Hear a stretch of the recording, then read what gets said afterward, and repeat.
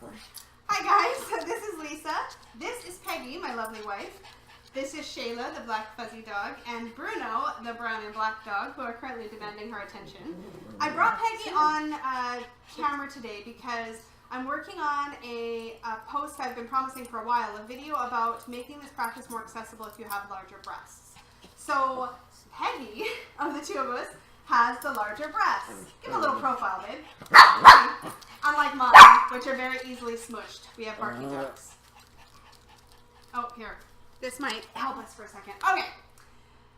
So what we're going to do is just go over a couple of tips first for just setting up your practice so it's a little more big boob friendly. And then I will do a short practice. I'm not sure if I'm going to have Peggy do it or me do it or a bit of both. We might do a bit of like sharing. But we'll go through some basic poses in a flow so you can get a feeling for what it might look like. So for starters, I just wanted to talk about clothing. So even with my smaller breasts, I find that if I am wearing like a V-neck shirt, especially if I have not a very tight like sports bra underneath, that when I get into like an inversion or like a downward facing dog or anything on my hands and knees, I kind of feel like I'm suffocating. Guys, we're not playing right now. Okay. Where I kind of feel like I'm suffocating because my boobs come forward into my face. One thing I learned early on is that if I'm wearing a V-neck shirt, my face kind of goes right into that spot and it's really hot and uncomfortable. So I sort of started gravitating towards either a really tight shirt that's not going to get loose, or if I'm wearing a looser t-shirt, I wear one with a higher neck so that I don't get my face in that like sort of hole. Peggy gravitates towards the same kind of thing here. For the same reason. For the same reason. So that's one thing, is just to kind of be aware of what you're buying or what you're wearing. If you have a tight sports bra, that's really helpful.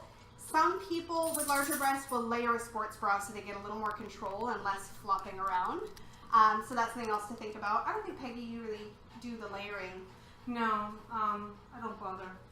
So the other place where I think it comes sort of into the practice a lot with the larger boobs is anything where gravity is bringing the boobs forward. So that's going to be forward folds where you bend at the waist and you're forward, or it's going to be like in a downward facing dog. So I'm going to show you another little hack that's really helpful, and we're just going to call this binding the boobs. I didn't warn Peggy about this. So she's going to be my body. It's okay. Just stand facing the camera for a second. So let's say you were going to be doing a pose where your boobs are likely to come forward. What we want to do is sort of smoosh them right about here so that when you're forward, they're not going to come up. So if you have a yoga strap, lift your arms, please. Look, she looks scared. I'm scared. She look scared? Okay. You go around. Yeah, I'm not getting fresh, I promise. Not on camera. All right. So you can lower your arms if you want to. Don't worry, I'll readjust. Okay, this looks like I'm really getting into some serious yoga bondage here, but I'm not, I swear. Okay, so all I'm doing, I'm just going to show you what this looks like. So this is the typical kind of yoga strap where you have the buckle. I go under and then back over. So we're going to snug it down right across the top area. It's not going to be the most attractive look. This is why I have her doing it and not me. I love you too. She's such a good sport, eh? I should have done it before. We'll do an after. We'll show this, and then we'll do the before after that. Okay. So lift your arms up. Make sure you can still take a nice big deep breath. Do you feel restricted at all? No. So you want still your ribs to be able to expand, but this is going to keep this part of the boob from flying forward. Okay, so face whichever, you can face me if you want. Okay. Okay, point your feet forward, please. Put a little bend in your knees. Oh, look, I've got her on a leash. Okay, put a little bend in your knees. Good, and I want you to do a forward fold. So start to fold forward. If your legs are tight, I want you to put lots of bend in your knees. And then relax your head. You can relax your arms down if it's comfortable. So this strap, as you can see, guys, stops the boobs from coming too far forward. Now, if you're more flexible, you're even deeper in your forward fold than that. Boobs can come up and start smacking you in the face. So this prevents that. Okay, when you're ready, go ahead and slowly come up, babe. Nice job, good. So you can see probably how that same application would work. I'm going to just kind of keep crossing in front of the camera. You can see how that same application would work in a downward facing dog. So the question I have for you is, we're going to do a little practice. Do you want to try to do it with the rig or no? No, I'm Okay. not. So we're gonna let her go. We're gonna let her fly free for the practice. I've got a little bit more practice at this. So, So the next tip, let's say you don't want to bother with this, which a lot of people don't, and that's fair. Especially if you're in a class. Like if you're going to a public yoga class, you probably don't want to tie your boobs up. I mean, you might, and that's cool. All power to you. could But actually fun. could be real fun. But I'm super shy, so I would probably be super scared to do that. It's a home trick. I'm going to show you a tip that I use when I'm teaching public classes, and I notice that I have larger breasted students in my class, or people who seem like they're not getting enough breathing space. So I'm going to show you with blocks. So reach behind and grab those blocks, please. Okay, so step back for me about a foot and point your feet forward again. Okay, so what we're going to do is place the blocks here, and I'm going to show first, and then I'm going to have Peggy do it because my boobs don't have the same effect. So most of the time when we're doing a forward fold in the class, we're coming forward and we're sort of bringing our upper body really, really close, and we're letting our head go, and we're sort of dangling, or we're holding on here, or we've got hands on the floor on blocks. But your head comes down. Now if you've got a lot of smush happening here between boobs and face, then that can be a problem. So what I teach my students to do is have their blocks in front. Let their forward fold be more like a half forward fold. So I've lifted up, lengthened my spine, and now I have all this space to breathe.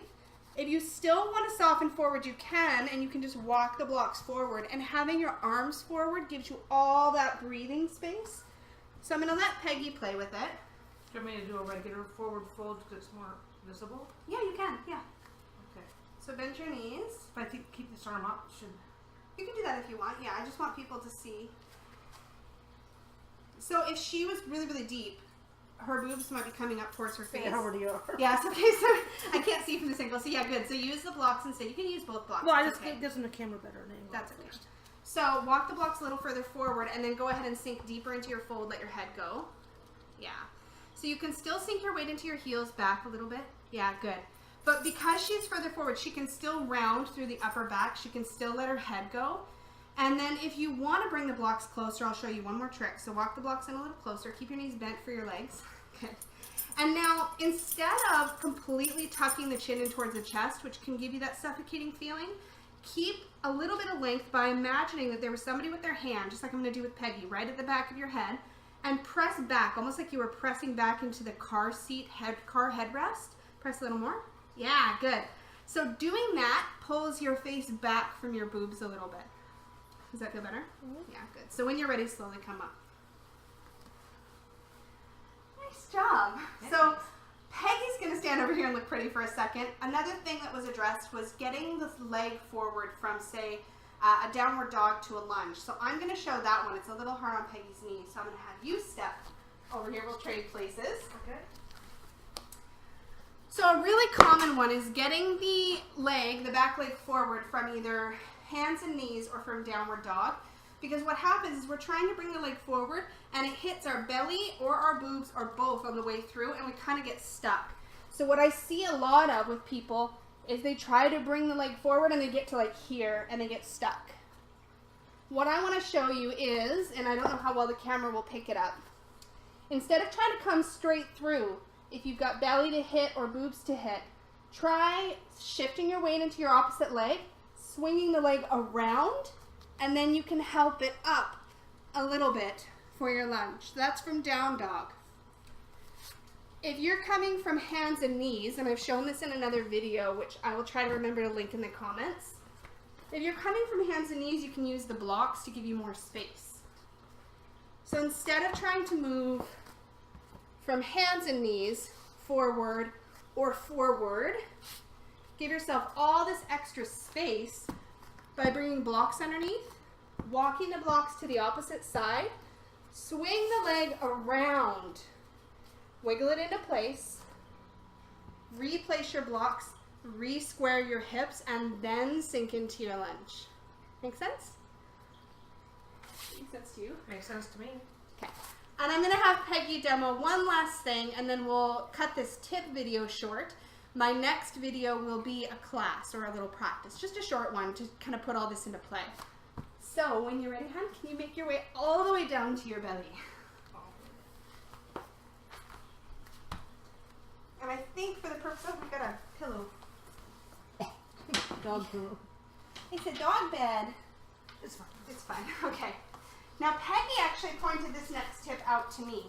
She said she gets a lot of discomfort and pressure at the front of her chest if she tries to lay all the way down, say stack your forearms on your forehead. For example. Like that? Yeah. You mentioned getting some pressure. Well, because it's all pushing back up. Pushing back up. She mentioned using a block under the front of each shoulder. So I'm going to hand her the blocks and she can show you, but the way she showed it, it was like sort of at the front of each shoulder there. Oh, it's a camera. I'll pick it up. It's okay, I showed him first. So she's tucked the block so that the front of her shoulder, the bony part, is actually supported on the block. And then her arms are going around it. Now that might not be super comfortable for a long, long time, but it takes the pressure off her chest. So she finds that really, really helpful. It helps me breathe better. And it helps her breathe better, she said. Which makes sense because, again, her head is now lifted. There's actual space between her face and her chest and her face in the floor. So if you get kind of suffocating in some of your practice moments, I guess, this is a good way to get some space and some breathing room.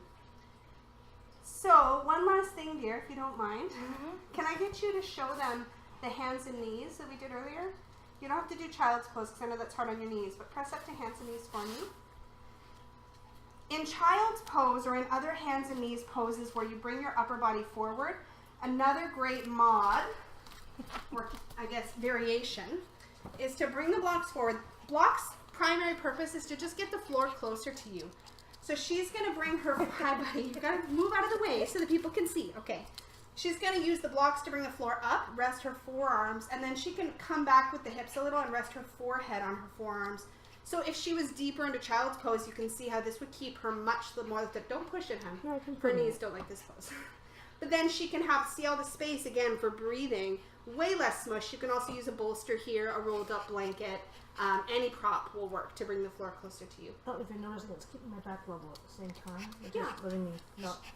She just said that she really likes, I don't know if the voice is going to, the microphone's going to pick it up, but she just said this also helps to keep her back a lot more level, which feels nicer for her. Well, it keeps my chest from and keeps her chest from smothering her. Okay, when you're ready, you can come on up. Bruno would really, really, really like some love. Yeah, he always does. Come here. Okay, thank you, Peggy, for being such a good sport. Okay, she was great. Thank you for letting us tie up your body and your boobs, and our puppies would now like a little trip outside. So I'm going to wrap this one up for today. This is just prep. I'll do another video, possibly live, where I'll show a little practice that uses these techniques to keep the pressure away from this area and keep it nice and open for breathing, less suffocating. So thanks for joining me, you guys, and stay tuned. I'll be posting that video again very soon. Take care. Bye.